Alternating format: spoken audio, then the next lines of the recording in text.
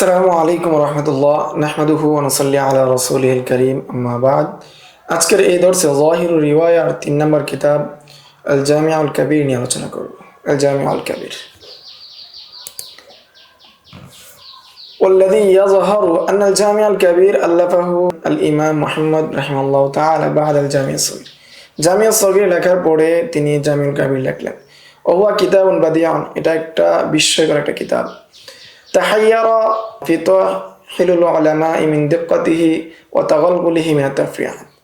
এই কিতাবের বিষয়ে বড় বড় উলামায়ে কেরামগণ তার দক্ষতার বিষয়ে এবং অনেক ফুরুঈ মাসালার বিষয়ে ফতোয়া থাকার কারণে মাসলা থাকার কারণে অনেক বড় বড় উলামায়ে কেরামগণ এই বিষয়ে কি হতমুগ্ধ হয়েছেন।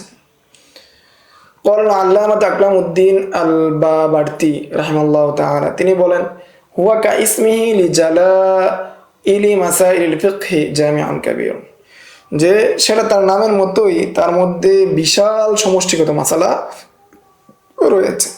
ওয়াকাদ ইশতামালা আলা উয়ুনি রিওয়ায়া, এটা মৌলিক যে মাসালাগুলো রয়েছে, রিওয়ায়াতের যে মাসালাগুলো রয়েছে সেগুলোকে সন্নিবেশিত করেছে। ও মুতুনিদ দিরায়াত, এবং মতনের যে ধারাগুলো রয়েছে সেগুলোকে অন্তর্ভুক্ত করেছে। বিহাইসু কাদ আন ইয়াকুনা মুআজিজান, এটা একটা মুআজিজ পর্যায়ের কিতাব হয়ে গিয়েছে, যে বিস্ময়কর একটা কিতাব, এজাজের পর্যন্ত এজাজের দিকে গিয়েছে।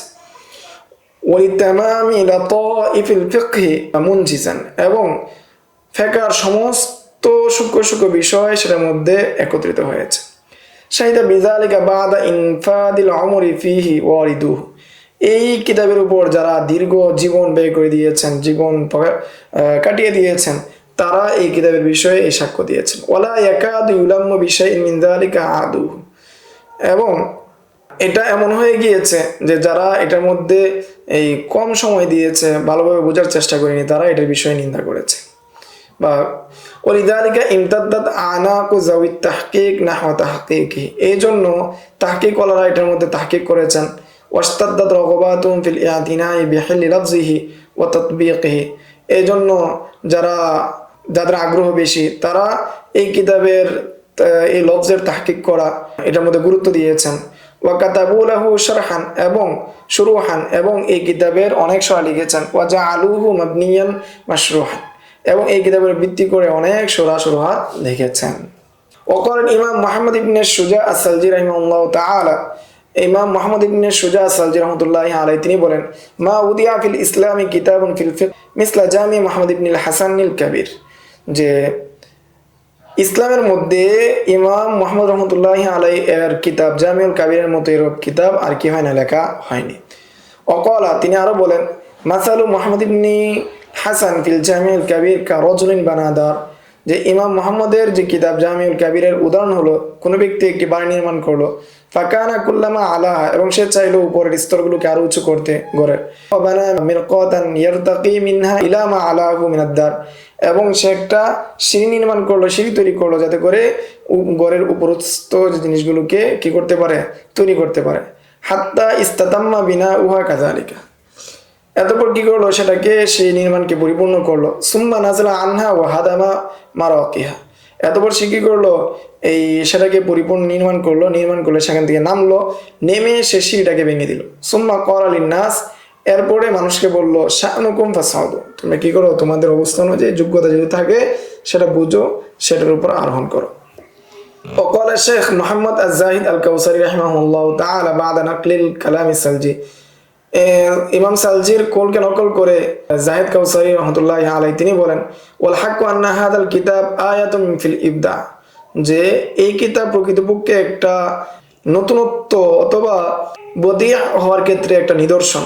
ইয়ানতাবি আলা দিক্কাতিন বালিগাতিন ফিত তাফরিঈ আলা কওয়াইদিল লুগা ওয়া উসুলিল হিসাব, এই কিতাবের মধ্যে অন্তর্ভুক্ত হয় চূড়ান্ত পর্যায়ে আরবি ভাষার যে মূলনীতি কাওয়াইদ রয়েছে এবং হিসাব সম্পর্কে যে উসুলগুলো রয়েছে। ওয়া খালামা ইয়াহতাবি আলাইহি মিনাল মাজবি আলা দাকাইকি উসুলিশ শারঈল আগর, এবং শরঈ ইসলামী শরীয়তের সূক্ষ্ম সূক্ষ্ম যে উসুলগুলো রয়েছে সবগুলো এটার মধ্যে কি হয়, অন্তর্ভুক্ত হয়েছে, কোনোটাই কি হয় না, বাদ যায়নি। ফালা আল্লাহু আল্লাফাহু লিয়াকুনা মিহাকান লিতাআরুফা নাবাহাতুল ফুকাহা, যে সম্ভবত এই কিতাবটি লেখা হয়েছে ফুকায়ে কেরামদের নাবাহাত, ফুকায়ে কেরামের যোগ্যতা বোঝার জন্য, যোগ্যতা পরীক্ষা করার জন্য। ও তায়াক্কুযুহুম ফি উজুহিত তাফরিয়া, এবং তাদের সতর্কতা, তাদের দক্ষতা, তাফরিয়া বের করার ক্ষেত্রে তাদের দক্ষতা, সতর্কতা বোঝার জন্য। ওয়া ইউহারুল আকলু ফি ফাহমি উজুহি তাফরিয়াহি ফি যালিকা ইলা আন তুশরাহা লাহু, যে এই কিতাব বুঝতে আকল পেরেশান হয়ে যায়, যে তার তাফসীরগুলো বুঝতে আকল পেরেশান হয়ে যায়, আকল হতভম্ব হয়ে যায়, যতক্ষণ পর্যন্ত না এটা সরা করা হয়। ওহুয়া কামা ক্বালা ইবনে সুজা আউয়ালান ওয়া আখিরান, যেমনটা ইবনে সুজা বলেছেন তার শুরু থেকে শেষ পর্যন্ত এটা এই অবস্থা, যে শুরু থেকে শেষ পর্যন্ত পুরোটাই কিরকম কঠিন এবং কি দুর্বোধ্য এবং কি সাহিত্যপূর্ণ, এবং যত ধরনের দিক্ক সূক্ষ্ম যে বিষয়গুলো রয়েছে সবগুলো বিষয় অন্তর্ভুক্ত হয়েছে। ইবনে সুজা কি বলেছেন, আউয়ালান ওয়া আখিরান, শুরু এবং শেষের বিষয়ে, যে আন্না মারাকিল কিতাব ওয়াইদাত ইলা আবওয়াবিল কিতাব, যে এই কিতাব বোঝার জন্য যে সিঁড়ি দরকার সেটাকে আবার ফিরিয়ে দেওয়া হয়েছে। কামা ইয়াজহারু মিন শারহাই আল জামালিল হাসিরি আলাল জামিল কাবীর হাইসু ইয়াকুলু ফি সাদরি কুল্লি বাবিন মিনাল আবওয়াবিল কিতাব, যেটা স্পষ্ট হয়ে গিয়েছে যে জামাল আল হাসরির দুইটা সরার মাধ্যমে, তিনি দুইটা সরা লিখেছেন জামিল কাবিরের উপর। তিনি বলেছেন এই কিতাবের সরার শুরু দিকে, মানে কিতাবের সরার মধ্যে তিনি বলেছেন সাদরি কুল্লি বাবিন মিন আবওয়াবিল কিতাব, যে ওই কিতাবগুলোর শুরু দিয়ে তিনি বলছেন আসলুল বাবি কাযা, এই বাবের আসল হলো এটা, ওয়া বানাল বাবা আলা কাযা, এবং তিনি এই বাবকে এটার উপর ভিত্তি করেছেন। ফাবিদালিকা সাহুলাত মারিফাতু উজুহিত তাফরিয়া জিদ্দান, এর মাধ্যমে অর্থাৎ জামাল আল হাসিরি রাহিমাহুল্লাহ এর মাধ্যমে, এর সরার মাধ্যমে এই কিতাব বোঝাটা কি হয়েছে, সহজ হয়েছে, অন্যথায় এই কিতাব বোঝাটা অত্যন্ত কঠিন ছিল। ওয়াকাল ইমাম আবু বকর আর-রাজি ফি শারহ আল-জামি' আল-কাবীর, ইমাম আবু বকর রাজি তিনি জামিউল কাবীরের সরার মধ্যে বলেন, কুনতু আকরাউ বা'দা মাসাইল মিন আল-জামি' আল-কাবীর আলা বা'দিল মুবাররিজিনা ফি আন-নাহবি ইয়ানি আবা আলী আল ফারসি, যে আমি জামিউল কাবীরের কতক মাসালা আমি কি পড়েছিলাম, অধ্যয়ন করেছিলাম কতক নাহবির নিকট, তার মধ্যে অন্যতম হলেন আলী আল ফারিসির নিকট অধ্যয়ন করেছিলাম, পড়েছিলাম। ফাকানা ইয়াতাআজ্জাবু মিন তাগালগুলিন ওয়া দিআইন মিন হাযাল কিতাব ফি নাহবি, নাহউর শাস্ত্রের পাণ্ডিত্যের বিষয়ে, অর্থাৎ নাহু শাস্ত্রটাকে কঠিনভাবে এখানে প্রয়োগ করা হয়েছে, বালাগাতকে কঠিনভাবে প্রয়োগ করা হয়েছে, এই বিষয়ে তিনি আশ্চর্য বোধ করলেন।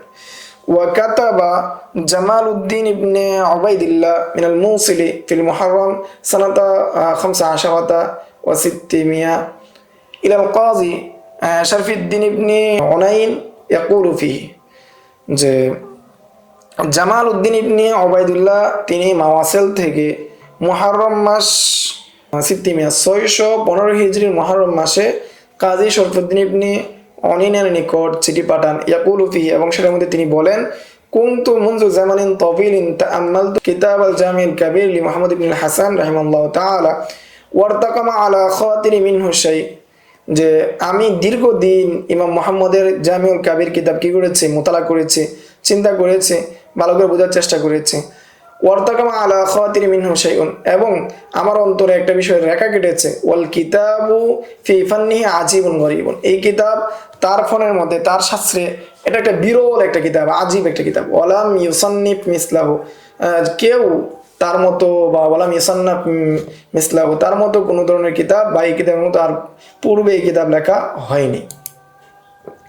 وقال شمس الأئمة السرخسي رحمه الله تعالى من أراد امتحان المتبحرين في الفقه فعليه بأيمان الجامع, যে ব্যক্তি চায় যে মুতাবাহির কোনো ব্যক্তিকে পরীক্ষা করতে, সে ফিকহের ক্ষেত্রে সে অগ্রগামী কিনা, তার জন্য আবশ্যক হলো সে জামের আইমান অর্থাৎ জামিউল কাবীরের কিতাবুল আইমান দ্বারা তাকে পরীক্ষা করুক।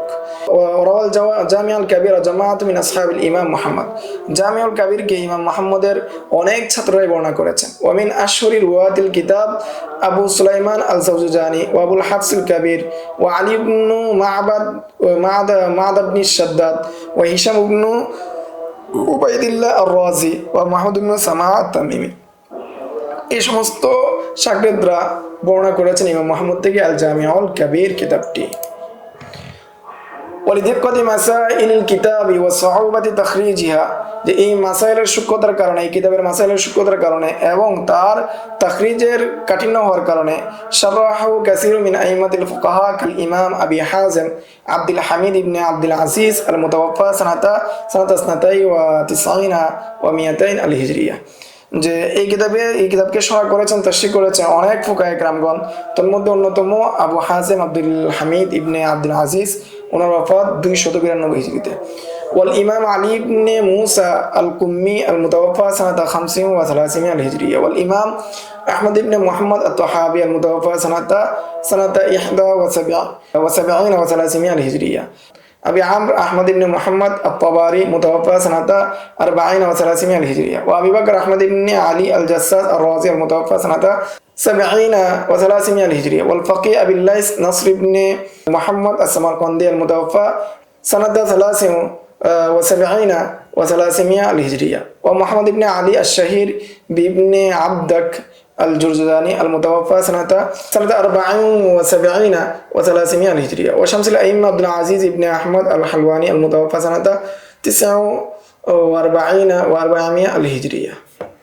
وشمس الأئمة أبي بكر محمد بن أحمد السرخسي المتوفى سنة 30 و80 و400 الهجرية. وفخر الإسلام علي البزدابي المتوفى سنة 82 و80 و400 الهجرية. وصدر الشهيد حسام الدين عمر بن عبد العزيز ابن معزة البخاري المتوفى شهيدا سنة 36 و500 الهجرية. والإمام برهان الدين بن محمود بن أحمد صاحب المحيط البرهاني المتوفى سنة 16 و600 الهجرية. وعلاء الدين محمد بن عبد الحميد السمرقندي المتوفى سنة 52 و500 الهجرية. وأبي حامد أحمد بن محمد العتابي البخاري المتوفى سنة 86 و500 الهجرية.